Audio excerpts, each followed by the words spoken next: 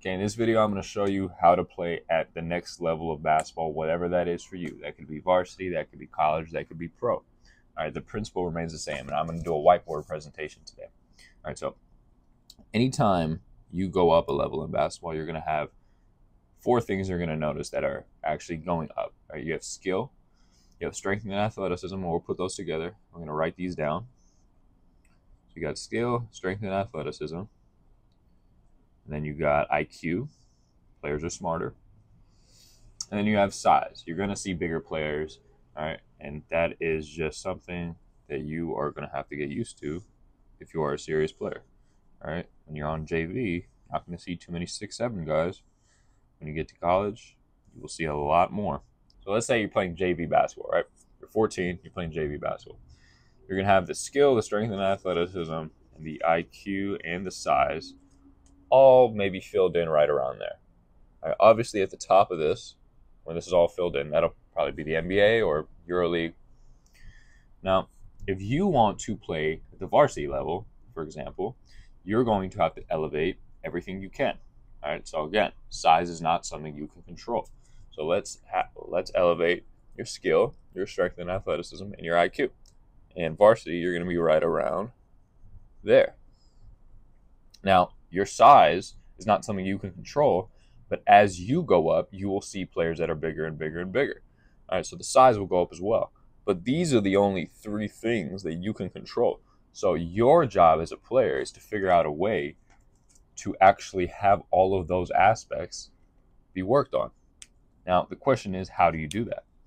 The problem is, if you are going to a trainer, for example, you're probably only working on the skill side of things. So that's leaving two of these pillars left out, okay? Now, even if you have a really good strength and conditioning program, you're probably missing the IQ.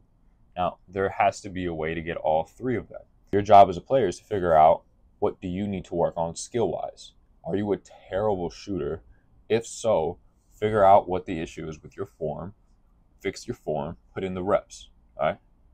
Next, you have to figure out how to actually up your strength and athleticism, okay? Especially as you're smaller, you need to be fast. You need to jump high. You need to be strong, all right? Especially on the defensive side of things, you got to be able to wall up. You got to be able to get hit and not go flying around, all right? The same thing on offense, but especially on defense, you're going to need to have some strength and athleticism. Then the IQ side of things, are you watching film? If you're watching film, do you know what you're looking for? Or are you just watching basketball? All right, when you're just watching basketball, you're not actually really elevating your game much. You'll pick up a few things, but when you see Chris Paul come off a ball screen, are you seeing all his reads?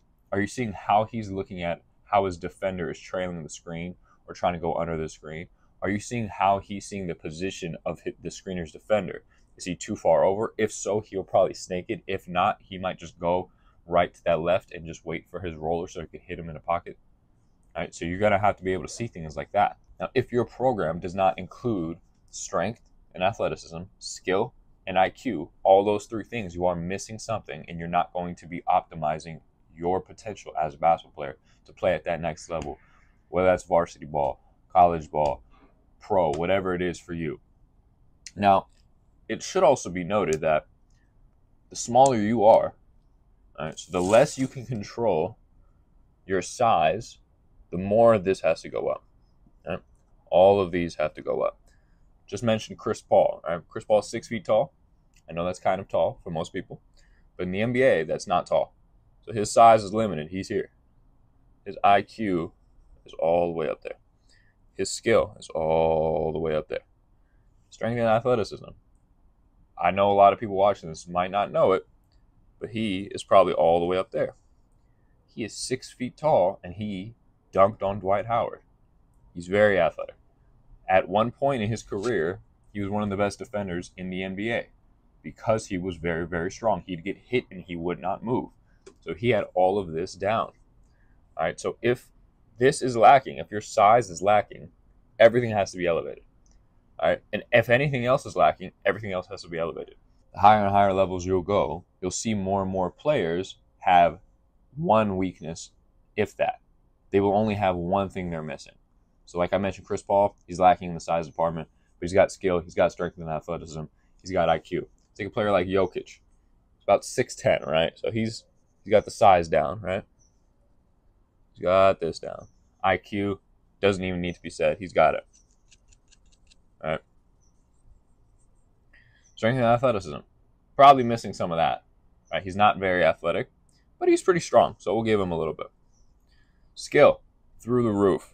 He's got it. So now you got someone like this, and he's all the way here. Take a player like LeBron James. Best player ever, right? That's where he is. He's got everything. He's got everything. All right, so you have to figure out what are you lacking, figure out what you can control, which again is skill, strength, and athleticism, and IQ, and make sure your program fits all of that. If it's missing something, you are limiting your potential as a player.